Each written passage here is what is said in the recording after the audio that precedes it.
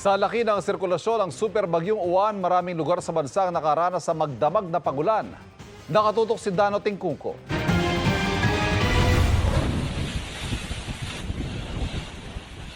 Kagabi pa lang, ramdam na sa Quezon Province ang naglalakihang alon at lakas ng hangin dala ng bagyong Uwan. Pagsapit ng umaga, ganito na kalakas ang hangin at ulan. Nagpatupad na ng forced evacuation sa coastal area ng Barangay Talisoy sa Jumalig.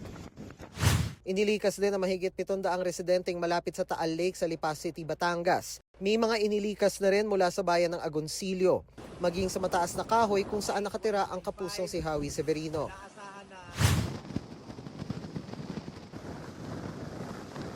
Sa Dagupan, Pangasinan, wala nang nangahas na pumasyal sa Tondaligan Beach dahil sa nagtataas ang mga alon.